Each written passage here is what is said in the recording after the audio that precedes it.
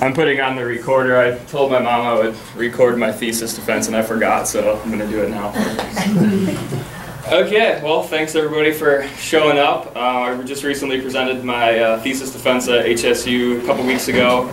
Went pretty good, but I knew that a lot of folks around here would like to see it as well, so I'm doing it today. So thanks for coming by and checking it out. Yeah, so I originally moved over here from Michigan in 2007, I think, for a seasonal job for Mr. Chesney to work on the screw traps. Just going to come here for a few months and move away, but that was 6 years ago. So, but I got involved with this really cool project that we're doing, and there's a lot of cool stuff going on in Shasta with restoration and some opportunities to do some pretty good science. So after a few years of getting involved, we thought it would be a good idea that I went to Humboldt and turned it into a master's degree, so that's where we're at. And I was still trying to get out of here after that, but guess what? They hired me back again as a ES. I'm in Mary Olswang's position now, so we're continuing the good work. So, yeah, so the title is Survival and Movement of Juvenile Coho Salmon in the Shasta River. We're all pretty darn familiar with the Shasta River, so tributary in the upper Klamath, right there, we're here, we know where it's at. Basically starts up springs that melt off of the glacial melt from Mount Shasta, emerges as spring water throughout the valley floor. That's a lot of where the hydrology starts. There's also snow melt, from the eddies in Mount Shasta as well.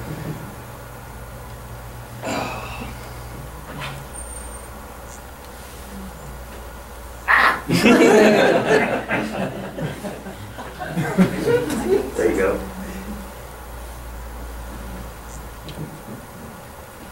All right, so Shasta starts, down towards the Klamath. It's pretty high gradient when it flows through the canyon for roughly 10 kilometers or so between 263 and where it hits the Klamath. But the rest of the watershed's pretty much characterized kind of your classic spring-fed system, low gradient, pretty flat. Just a couple shots of the upper Shasta. This is one of the big springs here. But one of the key things with the Shasta that we have here that's pretty unique is that, like I said, these springs emerge, that starts as the glacial melt off of Mount Shasta, and as it flows through both sedimentary and volcanic substrates, it emerges and it's pretty much constant 12 degrees C all year, which is relatively cool in the summertime and warm in the wintertime. It also picks up nitrogen and phosphorus, so it's really productive right as it starts to come out of the ground. Obviously, you can see all the green here pretty much is Shasta River water that's used for irrigation. So flows are heavily impacted, as we know, by irrigation practices in the valley. But to highlight and kind of show the integrity of the springs when they come out. So this is Big Springs Creek right here, and this is the Alcove Spring, Big Springs Lake. But this is the FLIR data from a few years ago that was the thermal imagery stuff, and that really shows that purple, nice 12-degree water coming out. This is in the middle of the summer and creating some really good thermal refuge right there.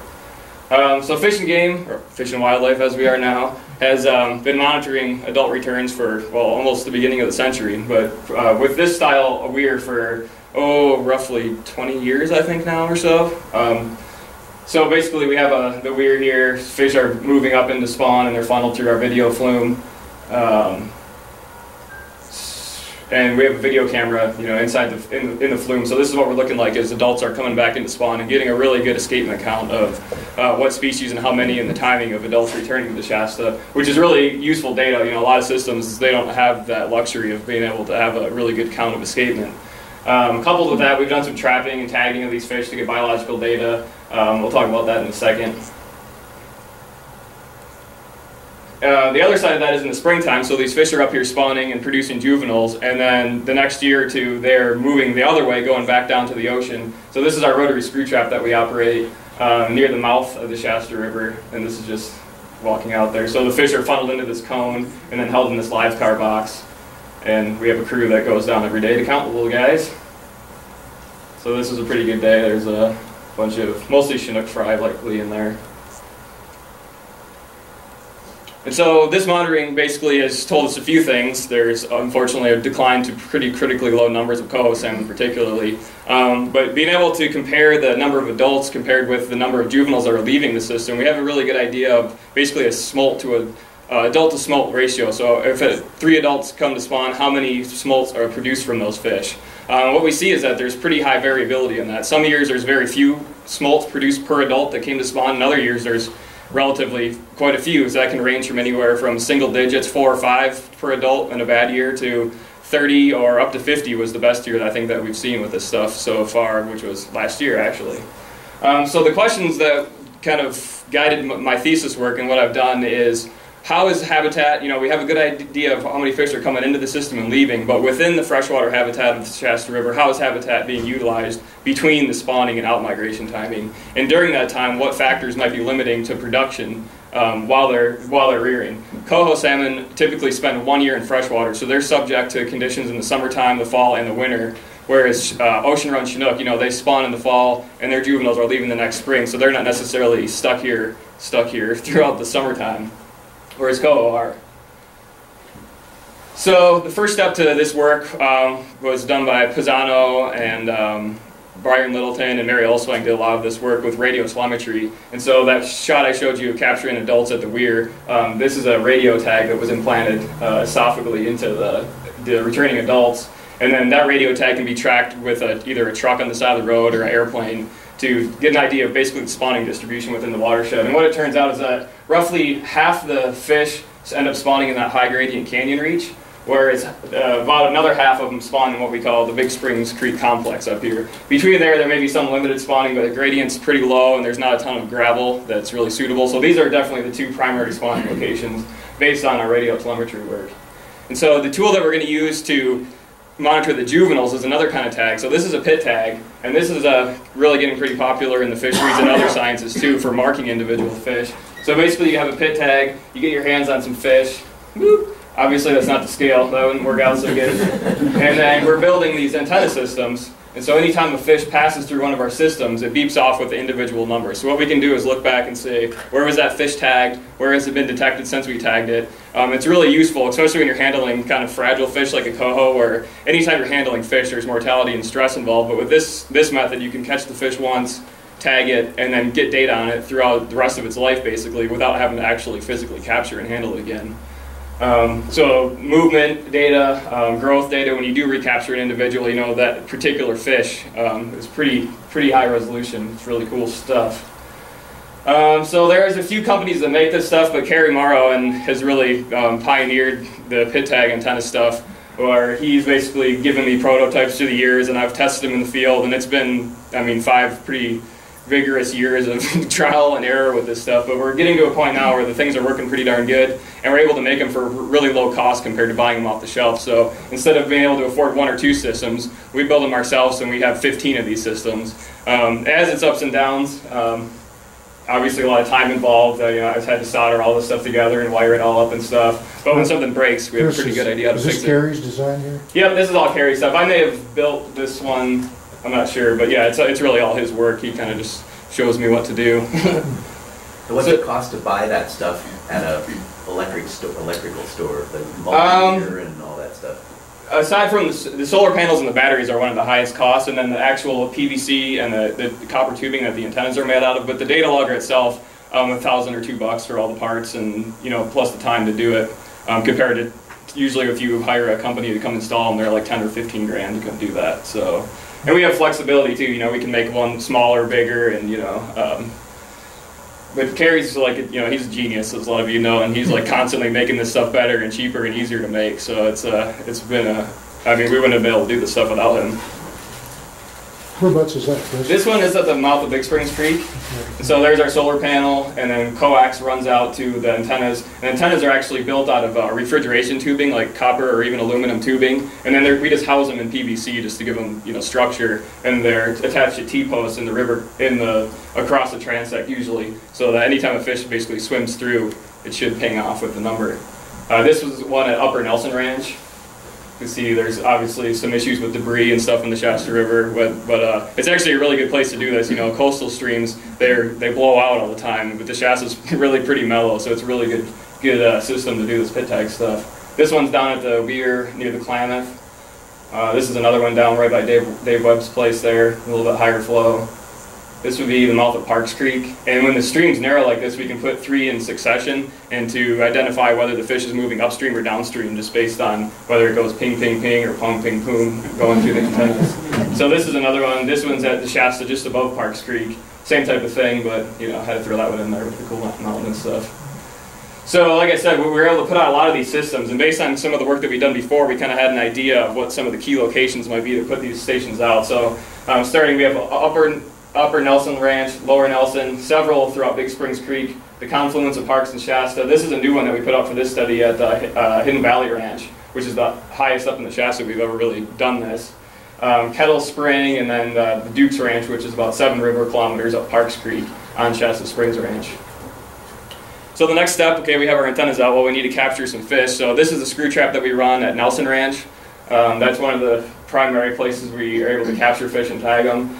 The screw trap's good for catching migrant fish that are moving down, but not so good for catching fish when they're rearing. So this is a fyke net, and actually Taz, the guys down the river, showed me kind of the tricks to fishing these things, and they're just awesome. They really catch them if you set them right, but they're really really useful for us. So basically there's a lead that comes from the trap opening to the bank is one way to set it. So fish are kind of swimming around the edge, and they hit that and kind of work around it and end up going through a series of internal fykes and they get stuck in there, but they seem to work really good.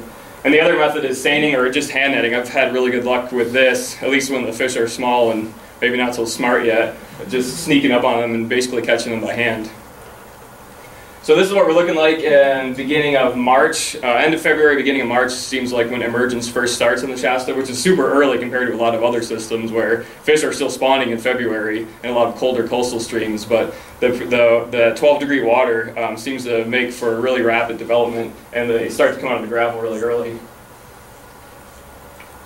So this would be the beginning of April. Like this is this time of year. Last year in 2011, so they need to be 50 millimeters is the minimum length at which we can pit tag them. So that one's almost there. And so this one's 52. He just got tagged. That's the scar from tagging. 428. So end of April. Like I think actually today we have plans to go tag our first fish for this year. So this is about the time that they start to get large enough to tag. Just a couple shots of. I mean, this is huge for this time of year. For most systems, you know, these fish are growing super fast. 624, so this one's in June.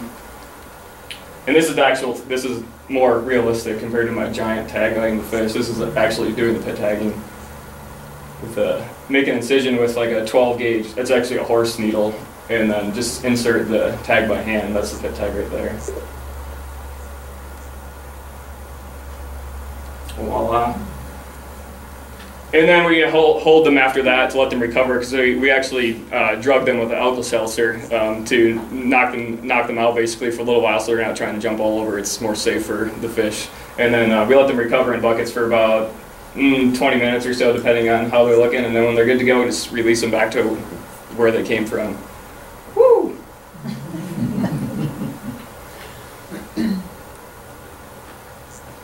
All right.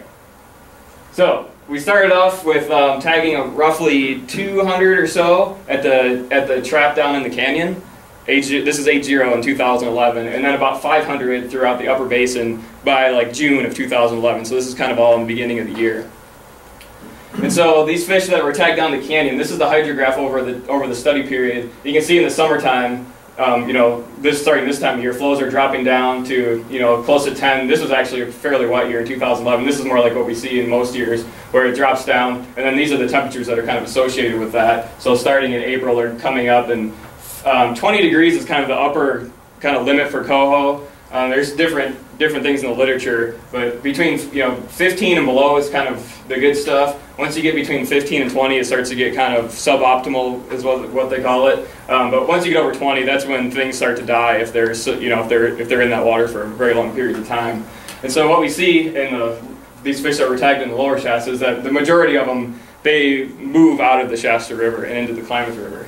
And up until this study, we didn't have a good idea of what happened to those fish, but it turns out, and Taz and those guys downriver have been operating some other antenna stations. The first one's below Beaver Creek on the main stem, then Syed, and these are all locations where Shasta River fish were actually detected in the lower Klamath. And the travel times, it's usually up to a couple weeks afterwards, but throughout the summer they were detected at all these different sites. I mean, all the way down to Farley Pond, which is on Turner Creek. And I mean, that's pretty cool. It's a small number of fish. We can't do a whole lot statistically with that, but it's really good information. These fish have to leave the Shasta because of the warming temperatures, but they're able to make it and rear somewhere down in the Klamath. Like I said, the sample size isn't good enough to really do a whole lot statistically with it, but it's a pretty cool piece of information that we didn't have before. Chris, two questions. You said if the water temperature got too warm, they might die. Have you ever found any dead ones in the screw traps? I don't know, not because of high temperatures. You know, mortality always happens to some degree when you're trapping and stuff, but anytime that we're trapping, if we know temperatures are going to be too warm, we just don't handle fish, because it's not really worth it to try to tag them if it's not good conditions. Okay. So the 500 fish up here, this was kind of the main focus of the study, because we knew that these fish were probably going to stay there for the year, and these are the ones that were going to be subject to conditions in the Shasta River itself. So these are the ones that were the focus of the study. And what it turned out is actually some of these fish also moved all the way down the Shasta into the Klamath in that first spring, shortly after tagging. So this is a graph of all the tagged individuals in the upper Shasta. So each dot is basically a fish. This one was probably the first picture I showed you, maybe on 428 when it was 52 millimeters. So each one of these dots represents a fish. It turns out, this is the same graph, but the ones that are circled are the ones that were detected leaving at age 0, basically, an age 0 out-migrant. And it turns out that the ones that were leaving early, they were huge. They were like the biggest, some of the biggest ones that we tagged.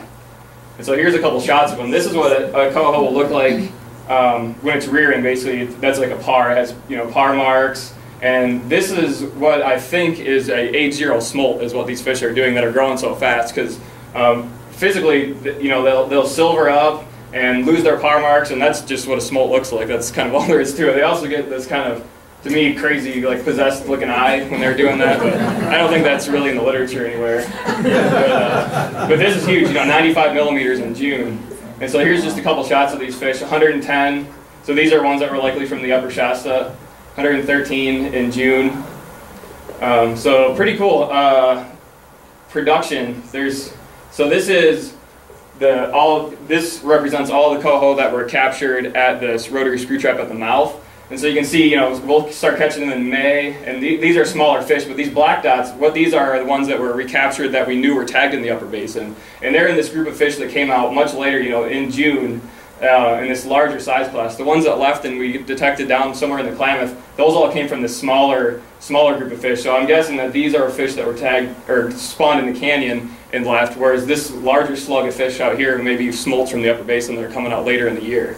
Age 1 smolts, your typical smolt, their peak's way back here, that's when we catch the most age 1 smolts. So this is what something else is going on here. Chris, you were talking about tagging the fish up in the upper part of the river and then catch them and tag them down by the mouth. Does it happen very often with the ones you catch to tag down at the bottom have already been tagged? There's a few, not a lot. The antenna stations pick up a lot more of them, The screw trap's usually only we shoot for 10% efficiency, so every 10 fish that goes by, we're really only capturing 1. But it does happen. That's where we get really good information as far as growth and stuff on those fish, but most of this comes from the remote detection stuff. When you pick one up, is it easy to see that it had been tagged? We have a scanner. Basically, we have a bucket, and it's a scanner that it beeps off when there's one in there. Yeah, because actually the scar heals up really fast. After a few days, you can hardly tell that it was tagged. And so this is pretty cool, the age 0 smolt thing. We don't really know if it's a successful life history. And one of the big questions with this is, when do these fish return? Do they spend an extra year at sea and still come back with their same cohort as a freaking huge coho? Or do they come back a year earlier? And this isn't really documented in the wild that I found anywhere. There is one Washington hatchery that saw this happening, and they basically warmed the water in raceways and fed fish like a whole bunch. And they found that they would smolt at age 0 if they reached like 90 millimeters by June. That would happen and they would take off. And they found that they actually came back a year earlier. So these fish could potentially be mixing basically with the cohort before them if they came back in 2 years. And what's causing this? Is it just a function of the habitat and the growth? Is it fish that are spawning earlier and emerging earlier and growing faster? Or is it a genetic thing? There's lots of stuff that we could learn about this that we don't know, but definitely identified that as a functioning life history tactic in the Shasta. So if they come back as 2-year-olds, do you figure they're sexually mature? Yeah, they would be. Yeah, and the paper that I did find, they came back and they were females and males, because that was another question. I thought maybe they would come back as jacks or something, but they seem to come back equally as females, and we're sexually ready to roll. So, you know, of the 500 fish that we tagged, maybe like 25 or 30 actually did that age 0 smolt thing. So it's pretty cool, but it's still, you know, most of the fish stick around for that extra year, like a typical coho would. So that's kind of the focus of the rest of this stuff. And so in May and June, we tagged, like I said, 500 or so. So this is stream temperatures at Nelson Ranch, upper and lower Nelson Ranch. So we see here too, beginning of May or so, temperatures start to get pretty warm. And right around this time, after fish have been tagged and this water does this thing, we see fish move from main stem habitats upstream into, they're all associated with cold water springs. So I'm going to go through and talk a little bit about each of these different locations where we see fish moving. I mean, this is pretty substantial movements. This is like 7 to 10 kilometers in some instances of fish moving from Nelson Ranch. And these are little fish we're talking about too. It's pretty impressive to even find out that they were doing this, moving that far upstream to some of these spring areas. So Big Springs Creek is the first one I'll look at. This is where that thermal imagery was of that spring right there. So this is really like atypical of what coho salmon typically is, you know, with wood and a lot of complex structure and deep pools. This is a lot different, where this is, most of the habitat's just vegetation that grows every year and dies off. So this is a shot actually taken right where that picture was below the water wheel in May of 2011. So this is kind of what they do. They just kind of hang out there. You can see there's tons of food in the water column, lots of really small scuds, but there's pretty much every bug in the book up there. But it's definitely dominated by the amphipods. There's some steelhead mixed in there too. There's your coho right there with that big white flag. And so this is temperature right at that spot where that video was taken, and this stayed pretty chill throughout the whole year. You know, it's really close to where the springs come out, and they stayed here. This is the one location that they actually, I knew exactly where they reared throughout the whole summer, and that's a result in a big part because of these temperatures held together throughout the whole year. And the food availability, you know, this is crazy. This is at the outfall of Big Springs Lake. This is actually shot this last year. There's like always a lot of scuds there, but this was something else. So this is right where the Big Springs Lake dumps into the pool that starts Big Springs Creek. And it is like kind of scary, you know? It's good that they don't bite, I suppose, but it was like, and there wasn't a lot of fish here at this time, but there was a few of these type of steelhead in there, and they're just like, swimming around doing that. And I think I get a shot of like the substrate too. It wasn't just swimming in the water column, it was, yeah, here we go. It's just the whole bottom was like crawling with it. But yeah, plenty of food there, so. And as a result, we see super fast growth rate. So this graph shows fish that were tagged and then later were physically recaptured, so we have growth data on them. And so like this fish was tagged on this day and then recaptured here. And this growth in the beginning of the summer was like over 1 millimeter a day, which is really darn fast for salmonids. It did kind of flatten out though as fall rolls around and winter. The length that they put on really decreases. I don't know if it's because maybe they're putting more energy into getting ready to smolt and just cooler water, but this growth here is incredible. And so this is what they're looking like in fall. And as you can see, I mean, they're really not that much bigger than some of those ones we saw in the spring. But some pretty healthy looking fish. I mean, that thing is just a toad. 9:30, yeah, September. So there's Big Springs Creek, lots of stuff going on there. But the other location where we saw a good number of fish move to is the Shasta River above Parks Creek, the area where Clear Springs comes in and Hidden Valley Ranch. So this is the stream temperatures at the lower end of that reach, basically just above Parks Creek. And they did get pretty warm too in the summertime, but in this reach there's a few springs that come out just right next to the river. So this is Clear Spring right here. And it's basically like a cave that kind of just boils out this nice cool spring water right into the Shasta River down here. And this is a thermistor that was in Clear Spring for a year or two back in 2009, and you can see that it's just constant all year. It's just a flat temperature. And there's also this cool thing going on up there too, where these beavers are creating impoundments basically below where these springs are coming in, so they're creating these large pools that are filled with that nice cool spring water. So this is actually some of the coolest, maybe most productive rearing habitat that we've seen. Because this is more your typical, you can see there's water birch and willows, and so this is just below where Clear Spring comes in, maybe like up here or so. And this is a shot that actually Bill Chesney took a few years ago. But you can tell it's a lot different habitat than when we looked at in Big Springs. Low velocity, this is more of what you normally associate coho with. Complex habitat, low velocities, but they seem to be doing pretty good. They're pretty happy there. And so that exists, you know, there's springs at Hidden Valley and Clear Spring, and so We don't have a really good idea with this study exactly where those fish are rearing, but somewhere in this reach, basically from Dwinell between parks.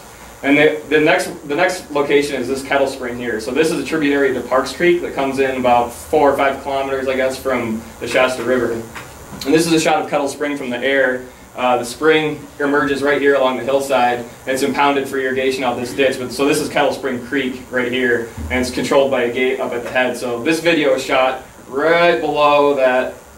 Oh, this is the temperature there, so the same type of thing with really flat temperatures throughout the year. And here's a shot from that berm looking downstream. So this video is like right here. But just loaded with fish in the summertime. There's not spawning that actually happens there. What it looks like happens is, fish are spawning in Parks Creek in the lower Shasta, and then in the summertime, they're drawn to this cold water source, and it's just amazing the amount of fish that move into here and rear right here throughout the summer. Chris, is there a pipe through that dam where they... I believe so, yeah. That's how they're getting into the ponded area? Yeah. This is actually below the impoundment, though. So this is like, yeah, this is below the pipe. But there's tons of dace, too. We all talk about coho and maybe sometimes steelhead, but there's lots of other cool fish, too, that are using this type of habitat. Dace and tui chubs and lamprey species and suckers, of course. So this is the antenna here, and a lot of these fish are tagged, so you can imagine, like, they're beep, beep, beep, beep, lots of data at this spot, but, that's good. And so once these fish moved into these locations for the summertime, they seem to like kind of hold there throughout the summer when conditions downstream maybe weren't so favorable, and they pretty much reared throughout the summer close to these springs. Fall rolls around and conditions kind of change, and they no longer seem to be necessarily tied to these rearing locations, and they move pretty incredible distances between these rearing locations. Kind of like a fall redistribution event is what it's termed, when conditions kind of turn over and they go from their summer habitat and they seek out what might be something else, which is winter habitat. In a lot of systems, the winter time is what's thought to be kind of the limit to production because of high flows, and the fish need to find some place where they're not going to get blown out. The Shasta, however, that might not be the case because winter flows are pretty stable and it's pretty mellow throughout the winter. So they hang out there through the winter, and then the next spring rolls around, they have their first birthday, and they turn silver, and now they're heading out. And pretty much all fish that remain take off. We do see maybe a very small number of H2 smolts. It's really uncommon in the Shasta from what we can tell. So basically they're all leaving as H1s. And so this is the known number of fish rearing in these different locations, just to show the out-migration timing of these smolts. So, it's really, really abrupt. Fish are in Parks Creek and the river kilometer 56 and 60, which is above Parks Creek, right up until this time of year when boom, they all kind of leave right at once. And this is those same fish showing up at the Klamath confluence down there. So they're taking off, boom, here, and showing up, bang, right here. The one that's different here is this Big Springs Creek. I'll talk about this a little bit later, but there's definitely something a little different going on during that time of year with the fish in Big Springs Creek than some of these other rearing locations. How does that date where they take off compared to the Chinooks taking off? Well, this would be age 1 fish, so the Chinook are starting earlier. These I didn't mean the age, I meant the time of year. Pretty close. Pretty close. Chinook are a little bit, there's more of them obviously, and they spawn in different areas, so theirs maybe spread out a little bit more from different parts of the watershed.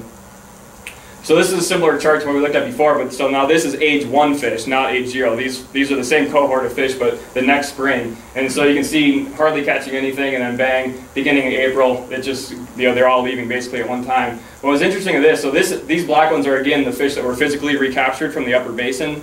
And they all kind of came out before May 1st basically. But this group of fish here, I don't know if it was just a chance that we didn't tag fish that left at that time, but it looks like there's a group of fish that are leaving a little bit later that weren't one of the groups that we looked at. So they may be rearing in some other part of the watershed that we weren't looking, or something else is going on there. It's kind of interesting that all of our tagged fish in our known locations came out here, and then there's still this extra slug of fish that came out a little bit later. So this is what they look like in when they're leaving as age 1 smolt, pretty big, nice and silver. Just a few shots of those guys. So they're on their way down to the ocean. So some of the key findings from this stuff was documenting that fish are displaced basically from a lot of the rearing habitats, likely to warming temperatures. We identified areas that were in fact functioning as summer rearing habitat, and we saw like a wide range of these movements were really impressive as far as moving along different parts of the watershed at different times of year. And then we saw the high productivity and growth rates, definitely. But one of the key questions is survival rates. Okay, how many fish are these actually living? And the question behind that is how many were undetected. I can tell you we tagged 10 here and picked up 1 here, but how many actually lived? Because I like to think that our systems are good, but you never actually get all the fish. So you thought maybe we were going to get out of my thesis without math and stuff like that, but it's not happening. We're going to do some here. So mark recapture modeling. This is kind of the framework and the approach that's used frequently with marking individual animals. It was primarily developed for birds, actually, in bird surveys. But the idea here is you go out and you mark an animal, and it gets a 1. Some period of time passes, and you go out and sample for that individual again, and you either capture it or you don't. If you do, it gets a 1. That's good. We saw it again. And then you do it another time, and it gets a 1 also. So if this was how it always worked, this would be really easy. We wouldn't need this. So obviously it's not always how it works. So sometimes you're going to mark an animal, you're going to go and you're not going to see it, but then you're going to see it again later. Another animal we might tag, not see it, and not see it. So basically this is called a capture history matrix. So we say we tagged about 500 fish, so we would have 500 of these lines with the capture history for going out there and either seeing it or not seeing it. So the trick here is, or the basic logic that's behind this is a 0, but we know that it was alive. How do we know that it was alive? Well, we know it was alive here, so it was obviously alive at the time between there. So that's pretty simple, but it comes back to calculating the overall probability of catching a fish here based on catching them here. And that's going to tell you not only how likely you were to see them at one of these intervals, but the key is that'll tell you how many survived this interval to this interval. So this is pretty simple with 3. A lot of times you'll have 4, 5, 6, 7, 8 of these occasions. And so the magic behind this is writing these probability expressions. So we'll start with the easy one. So this little guy here is called phi. It's the Greek phi. So it represents the probability of surviving from this to this. So how likely was it to survive from the tagging to the next time you looked for it? That's multiplied by the probability of detecting it at that second time, multiplied by the probability of it surviving this interval, multiplied by the probability of detecting it again. Again, started off with the easy one. So if there's a 0, this is where it starts to get a little trickier. So the probability of it surviving times the probability of it not being detected, which is just 1 minus the probability of it being detected. And then survival again over the second interval, and then it was detected again here. So for all of these different possibilities, there's a particular probability expression that's written to represent that capture history. This one, survived, detected. So this is where it gets a little bit crazy. This one's a 0. So since this is the last time, there's no more after that. So we don't know if this 0 is because it died or because it wasn't detected. So we have to accommodate basically both possibilities. So this says it survived, but then wasn't detected, or it didn't survive. So and what that means is that we can't separate. We'll never know which that was. So in all these type of models, you don't know what the P is for the last occasion, and you don't know what the survival is for the last encounter. But that's not necessarily always that bad of a thing when you have lots of these before that. It's just the last occasion and the last P and phi that are confounded. So that one's still getting a little crazy, but this is even more crazy. So 1, 0, 0, it either didn't survive, or it survived and wasn't detected, times it didn't survive and wasn't detected, times it survived and wasn't detected. So as you can see, when you have more than 3 of these, it just gets out of control. Fortunately, there's a computer program that does that stuff, but that's like the foundation of how this stuff works. So program mark is what it is that I use, and there's a couple other ones, but mark's really commonly used. So you basically have a computer list of this capture histories, 1s and 0s. You input it into mark. You can construct different models to test differences in survival and detection probability. And what it basically does is it plugs in different numbers for those parameters until it reaches the maximum likelihood of the parameter estimates. So what was the most likely probabilities to plug into all those that would result in the capture history frequencies that you saw. So I'm not going to get too much deeper into it than that for right now, except for this. So that's all well and good, 1s and 0s, we see it or we don't see it. But this is a little twist on that, which is a multi-state mark recapture model. So it's really similar, so that we go out and mark an animal, but instead of just getting a 1 or a 0, it gets assigned a state that it was in. So these are geographical in most cases, but there's other ways to do it too, with life stage or sex or anything like that.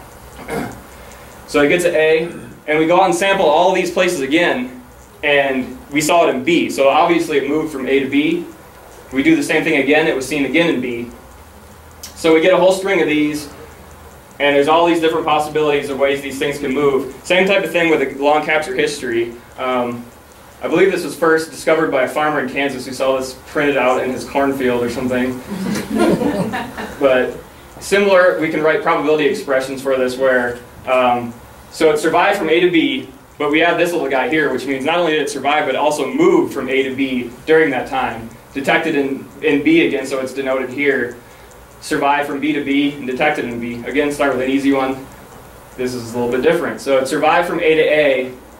Well, it either survived from A to A and didn't get detected in A, and then survived A to B here, or it moved from A to B and we didn't see it in B, and then lived from B to B. So, you know, it's crazy a little bit. But the trick here is, okay, so we know it survived and it moved, but what we want to know for our study is how many survived in Big Springs Creek, how many survived in Parks Creek as a first thing, and then how many moved from these places during these different times. So the trick is separating these two out.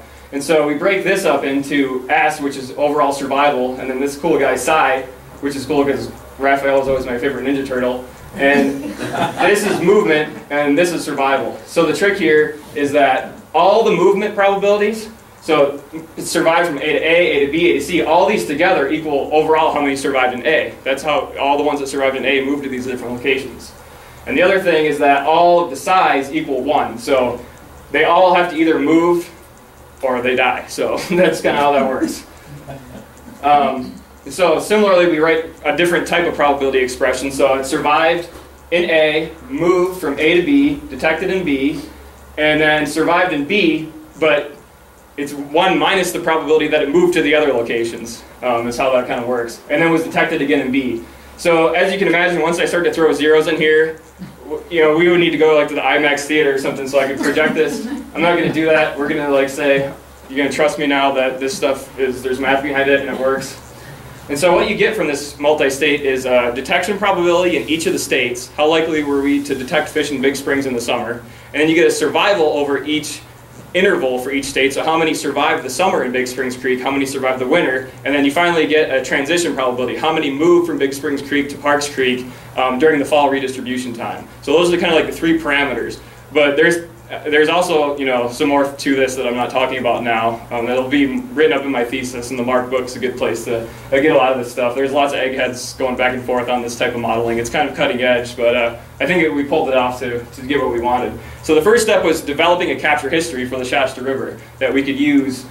So the initial release, so we go out and we tag coho in the upper Shasta River in May and June. So that's like the beginning of the study. After they're tagged, they either move to a summer rearing location or they stay where they were tagged. So the second is where they were detected in the summer, and then where they were detected in the winter if they moved during the fall to another state, and then if they were known to be alive in the upper basin in the next spring, and then finally detected at the Klamath River at the mouth. So it's a 5 occasion encounter history is what we went with. And so the resolution to this, the pit tag stuff, you have data down to the minute or the second, but we had to choose something that was both usable for management.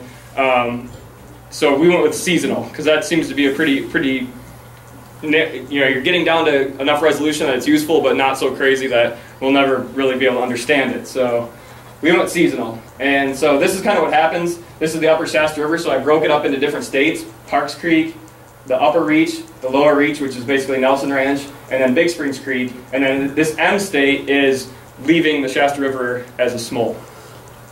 And so we have our tag summer, winter, spring, smolt, capture history. Fish is tagged in L, it gets an L. Summertime, it moves to B. Wintertime, it moved to U.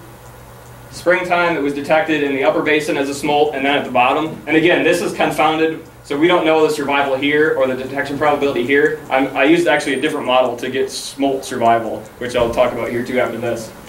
Then this was Parks Creek, but we didn't see it in the summertime, but then it showed up Nelson in the winter, so it gets an L, and then we'll say this one got detected and then didn't. So this one's U, and U again. Of course, they're not all going to make it, so we got, well, bam, the heron come down and get one. So that one's, of course, going to get all zeros for the rest of it because it was no longer available for detection. So here's our capture history. Again, there's 500 of these, so a big, long Excel spreadsheet that gets put into the Mark program.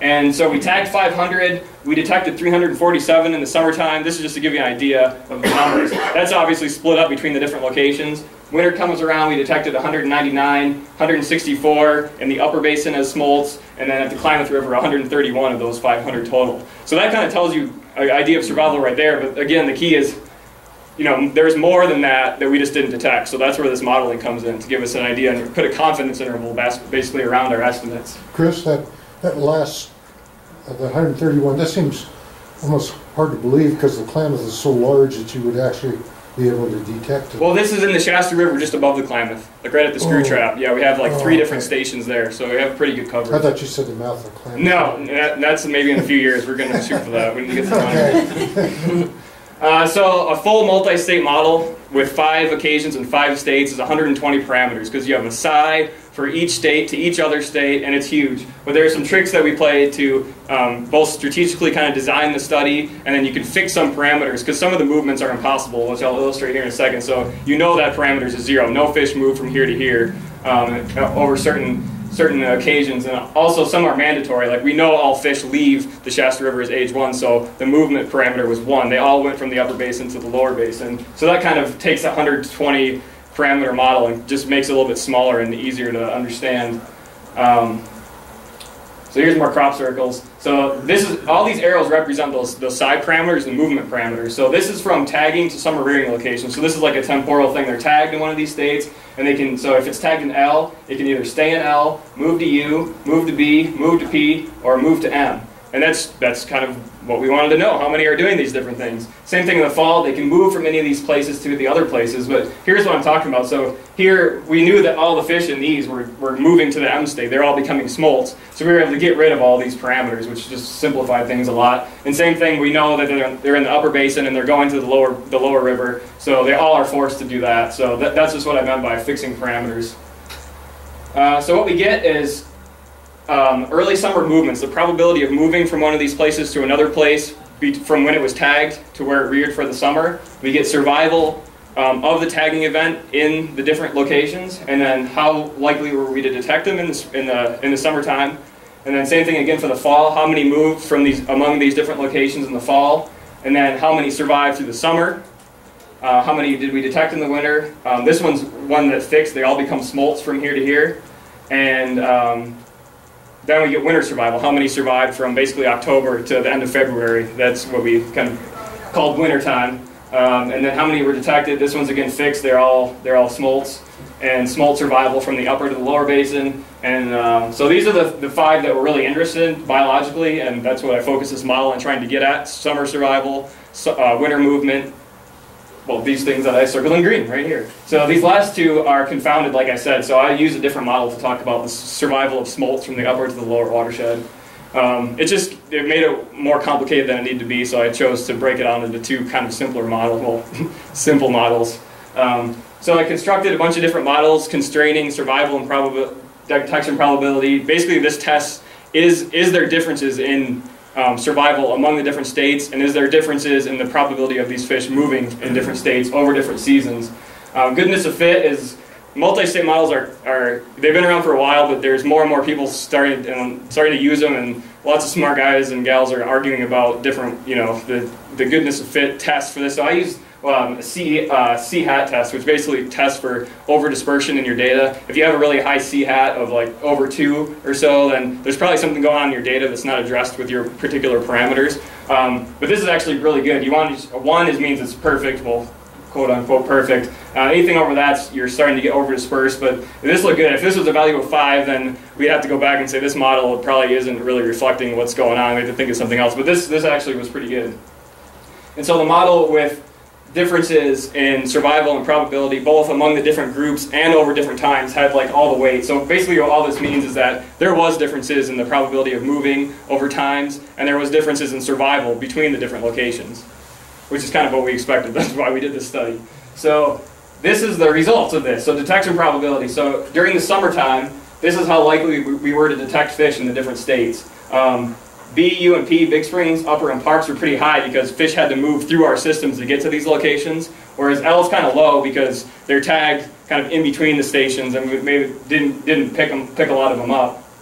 In the wintertime, detection was actually estimated at 1 in Big Springs, and that's because we have antenna stations right where the fish are rearing. So some of those shots I showed you where fish are bing, bing, bing, we pretty much got, if they were there, we got them. That's quite a bit lower for some of the other sites where fish maybe were up in Parks Creek, but since we don't have a lot of detection stations up there, they maybe live through the winter without getting detected. And then in the spring, we got about 80% of the fish leaving the Shasta in the upper basin. So that's really good. So the more that we know survived here, going back to our capture history matrix, we know that, you know, even if we didn't detect them, they were still alive. So that's made this work out pretty good.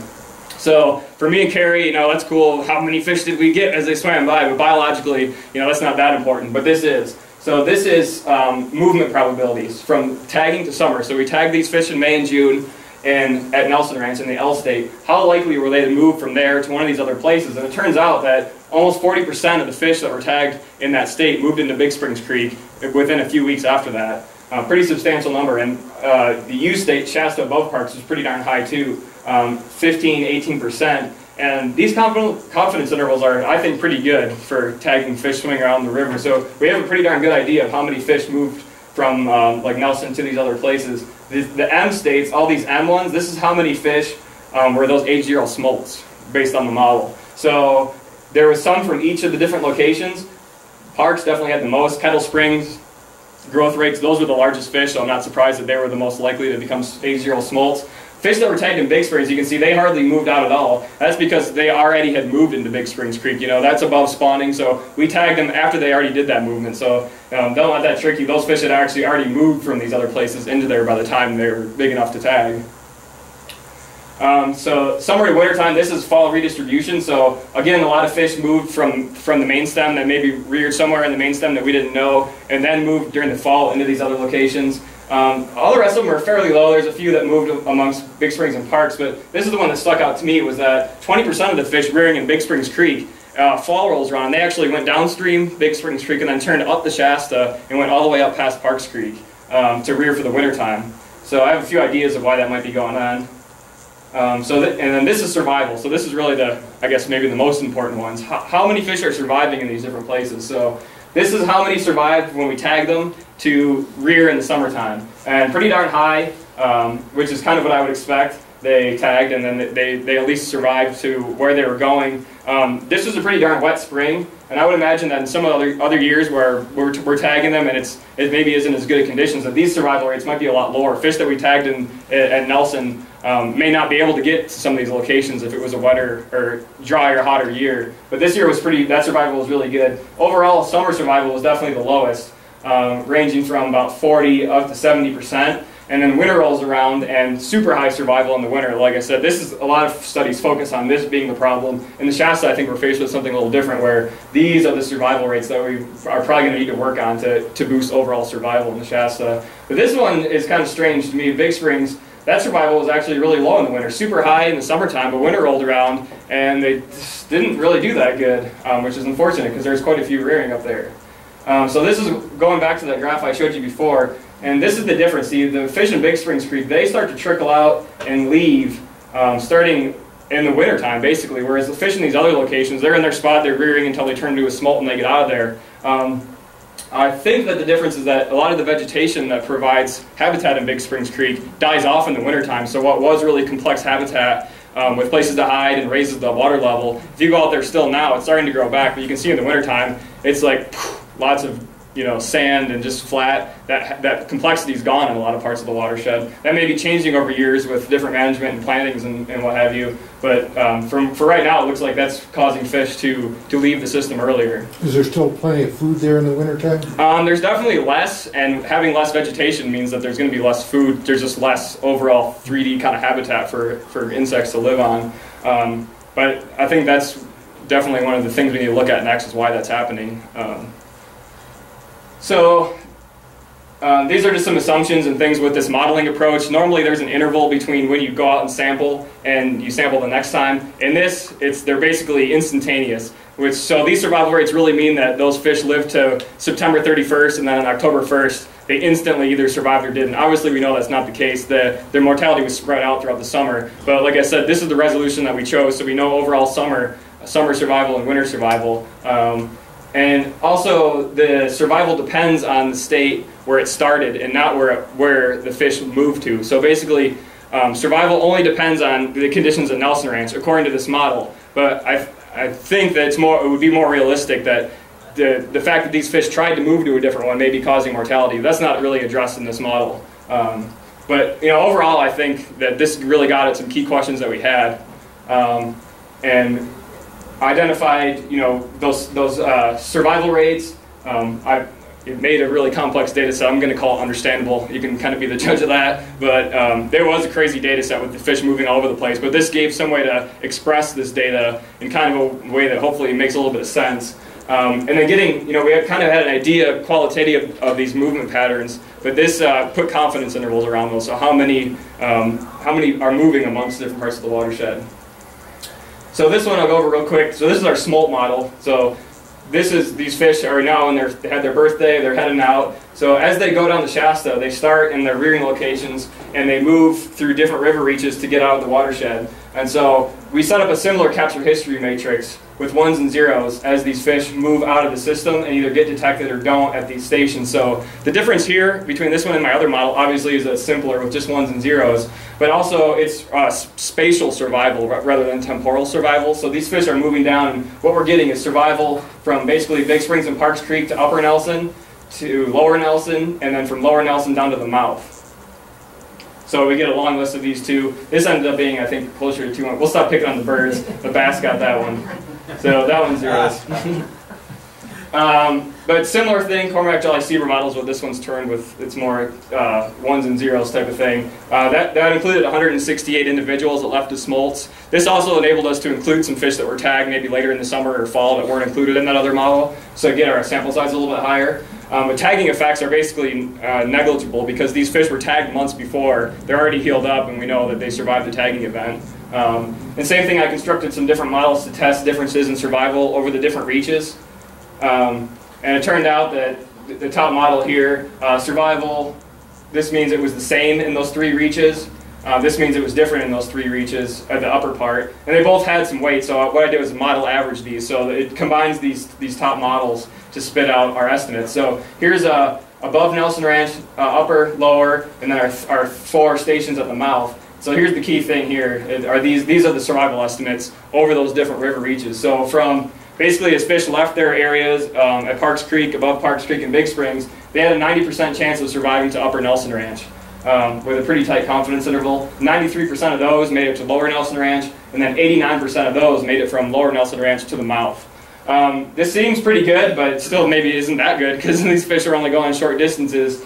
This is apparent survival, which means that this is how many fish appeared to still be alive. So any fish that went without getting detected at any. So these estimates are actually maybe biased a little bit low, but I think we had pretty good detection probabilities throughout these, so that these are pretty darn close.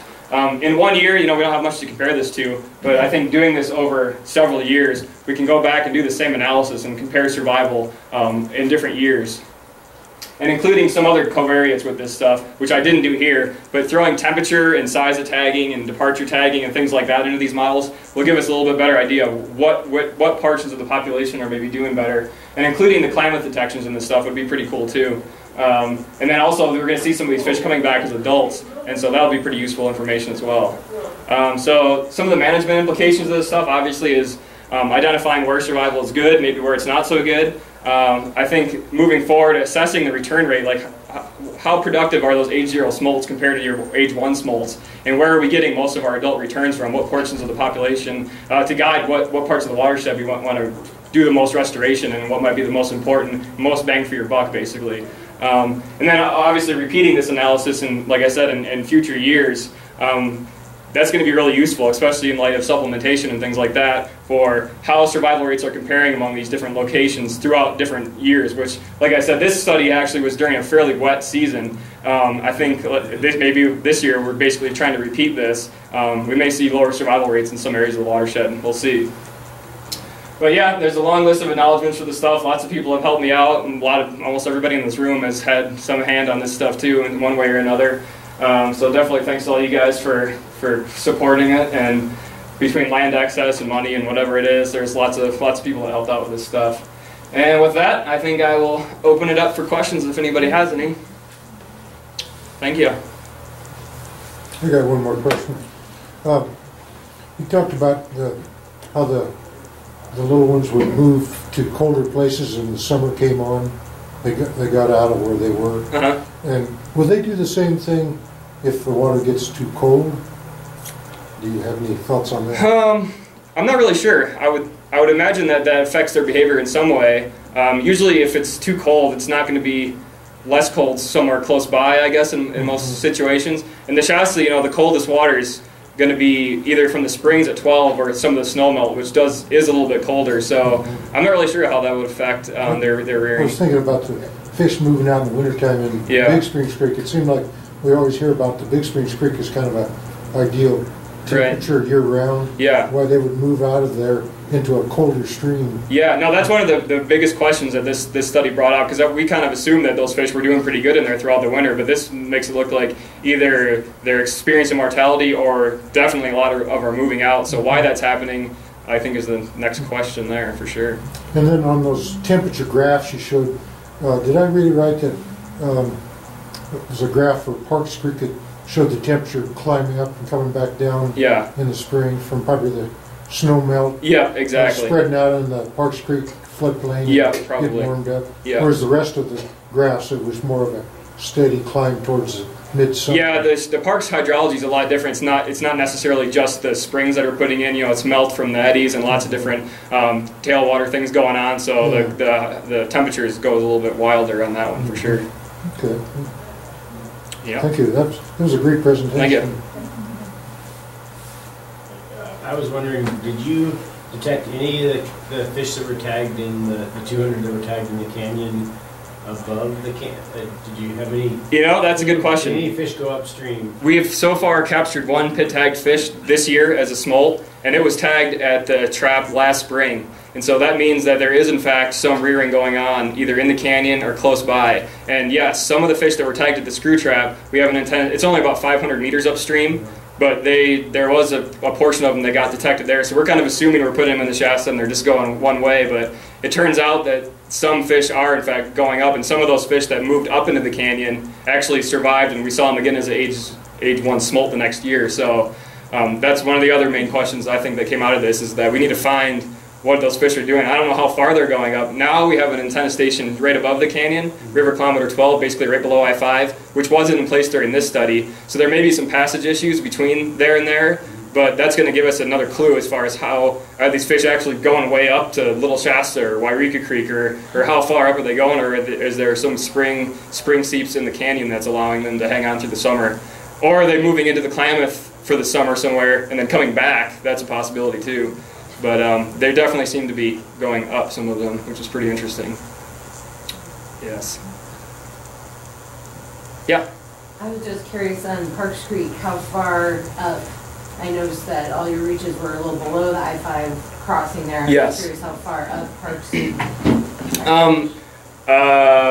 Basically, where Bridgefield Spring is, adjacent to that, that's kind of one of the primary spawning areas for coho. And so we did some surveys. That's as far upstream really as this did, and that's I think another one on the list is because we saw fish. The highest antenna station is actually below that at Duke's Ranch, which is on Shasta Springs Ranch, but that's only about 7 kilometers up. And we saw fish moving past that station, surviving somewhere up there, and then coming out. So there's something that exists up there, and I guess we just need more antenna stations upstream or something to figure that one out. But I also think that our access was really limited on that part of the watershed, and that group of fish that came out later, I got a feeling or a hunch that they might be Parks Creek fish. We only tagged a very small number of fish that were actually born in Parks Creek. They grow slower, the water's colder, so those smaller smolts that came out later in the year, there's probably a good chance that they were from Parks Creek Reds. Don't know that, but that's kind of my inkling. You mentioned that a lot of the there's no spawning in Kettle Springs? Not that we really know of currently. Maybe historically there was, but now it's mostly all silt bottom, and it appears, and I know from tag detections a lot of those fish came from downstream. But yeah, so you're saying those fish coming into Kettle Springs are more likely to be coming from downstream than from Reds within Parks Creek? I would say both. I would definitely say both. I know that some, even that we tagged at Nelson, showed up there. But just given the proximity to those reds and with the Cardozo diversion and whatever might be going on there, it'd be really easy for them to swim by that, like, oh, that felt a little bit chilly, and shoot up that thing for sure. Yeah. So, and there's lots of steelhead there too, which I think there's pretty good spawning for steelhead on Parks Creek, and I would guess that that's where a lot of those are coming from too. Do you have access in the upper Shasta up towards the dam? At Hidden Valley, we have some limited access, and I have an antenna station there. I'm working right now with getting some access to do some work this summer on Emerson's ranches. It looks like I'll be able to at least do some surveys up there and keep the antennas going, so that's good. That's about as far up. Well, they have the next ranch above there too, Hidden, Seldom Seen Ranch, which is about as close to the dam as we can get, yeah. Would it be possible that those later smolt could be Little Shasta fish? Is that yeah, definitely. Either Parks, Little Shasta and Yreka Creek, they're not huge, but there's definitely potential there for fish to be coming out of those two. So far, at least from my knowledge, we haven't really done a whole lot of work up there as far as at least juvenile monitoring. So now that we have a good number of fish leaving with tags, the return rate is we're gonna have more and more fish coming back with pit tags too. So aside from just radio tagging, which is the ultimate way to do it, there's obviously a lot more cost and handling involved with that, but putting antenna stations at the mouth of some of these trips and maybe some of these key locations will start to maybe show that some of these other places are being utilized that kind of have gone under the radar. Because we identified these two locations based on radio tags, but overall, you can only radio tag a dozen fish or so a year and have time to track them around. So there's a lot that, we don't know for sure where they end up. So definitely some potential in the other trips too. It's not that expensive, it sounds like, to do an array relative to some other things you might have to spend money on. Is it more than zero? More than zero. We might have an issue. But yeah, no, you're right. Your yeah. idea sounds great. Yeah, definitely. And we've also been tagging a good number of the fish leaving the Shasta, so just increasing the number of tags in fish that are taken off. Because the first couple of years we only tagged fish in the upper basin, thinking that was the only place that cool stuff was going on, but it turns out that there's definitely some production from the lower part of the river that may be coming back as well, so we're trying to bump up the number of tags that we get out. And so you're coordinating with people downriver too? Yeah, we have a database house by USGS in Klamath Falls that has all the tagging and detection data from anywhere in the Klamath that we're all putting our stuff onto, and that's how I came to finding out about all these detections, and it's just a data sharing way, because not only are they going to get fish from up here, there's a good chance that they're tagging fish that took off from here that may be coming back, so we're going to probably, especially with, it seems like every year this is getting more popular, so the amount of fish between us is probably going to keep going up, so definitely have some coordination to do, and some of this modeling we could apply to, on a bigger climate scale too, so we're talking about doing some of that as well. Yep. So how much, this is your thesis work, and it's pretty intensive analysis-wise and all. What, going forward, is there... Well, fortunately, is it going to be this level of... I think the infrastructure of the model, and this is, I was planning on being done back in the fall and then the spring, and I'm still not quite done yet because that modeling really hung me up for a while. To truly understand it and manipulate it and do what you want to do, it took me months and some help from smart people. Over on the thesis, though. Right. But now that that's in place, I have the model structure already built in the program, so every year it's just taking the next data set and plugging it in and spitting out these same types of things. So, like you said, I think moving forward it's going to be a lot easier. And now that I know how to do it, before I focused more on the qualitative stuff, they move here, move there, which is useful too, but this modeling adds a whole nother dimension, and those confidence intervals are important too. So, I think it's going to be pretty easy to do that, and that's kind of why they talked me to coming back here, I think. And other species too, we have a heck of a data set of steelhead that have been tagged too, and I'm just dying to kind of do a similar thing to this. They do a little bit different things in their life history, but similar approaches to getting survival in different parts of the watershed, I think is something we could definitely pull off. Yeah, you said you had X number of coho pit tagged, but then how many steelhead? What's the comparison? We've done about 500 a year of steelhead, H0 steelhead, so a pretty good number. And that we have all the data there. It's just a matter of going through and picking through it like I've done with this to really say something about it. And actually with the steelhead we've been seeing this past winter, a handful of them coming back that were tagged back in 2009 and left as smolts then. So they're coming back as like 4-year-old, maybe 5-year-old steelhead in the Shasta that come in January and February. So that's pretty cool stuff too. not a high number of them, but it's given us some idea of what's going on, because those steelhead come in way after the weir's out, so we have really good counts on Chinook and coho coming in, but steelhead that's not necessarily the case, because there's different runs and spread out throughout the winter, but this is a way to get them when the water's high and dirty, so it's pretty good stuff. You said that the fish are exiting Big Springs at a higher rate or not surviving during the fall redistribution. Yeah. You said that you mentioned some fish were going, taking a left turn, I guess, and going up the Shasta. Yeah. Were they detected up in Parks Creek or? Yeah, both. Beaver ponds or? Yeah, both. Okay. That's where they seem to be going. And some of them went the other way too and turned right and basically going down, but we had detection stations in place pretty well in the early spring. Flows are higher, so there's a little bit more of a chance they're going to get by without being seen. But for how many left, I would have expected to see more coming out if they had been surviving. And the screw traps running too, and that wasn't catching any coho smolts until the rest of that big slug came out. So it's pretty interesting. Has there been velocity profiles or just some way to look at stream velocity versus, you mentioned the dieback of the vegetation? Yeah. And have you taken point velocities in those spots, or? I haven't yet, but I mean that's something definitely that probably should be done. I don't know if there's other issues too with that stuff dying off and decomposing. If there's maybe oxygen issues or anything like that.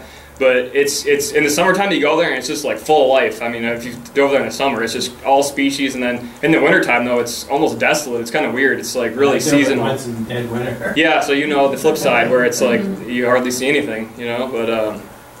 Yeah, there's something going on there, and like I said, with different management, that I don't know if that may change if the channel is able to get down to more gravel and with more perennial vegetation, basically, to provide structure throughout the year, whereas most of the stuff that's out there now kind of just croaks when the sun goes away for the wintertime. So, can I clarify that? I mean, you're saying they leave and then they're not being detected. So through your model, it's suggesting that they're not surviving, or they're just leaving during the winter. Both. There's a good number that are leaving, and there's also the ones that aren't picked up leaving. They're not picked up anywhere. Right. So there's both going on. It seems like there's mortality and they're leaving. So predation's probably elevated quite a bit in the wintertime too, when there's no longer any cover. You go up there now and like 7 blue herons fly away. Not that it's their fault or anything, but you'd imagine that predation's probably higher too when there's no cover basically. Yes. All right, cool. Well, thanks for coming by and checking it out. Thank you.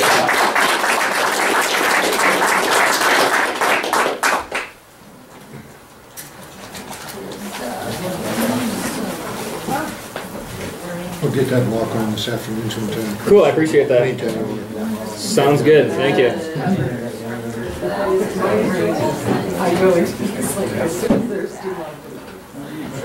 You seem like an officer. Okay, Chris, I'll see you in there. Yep. You need any help? No, I'll be down there in a second.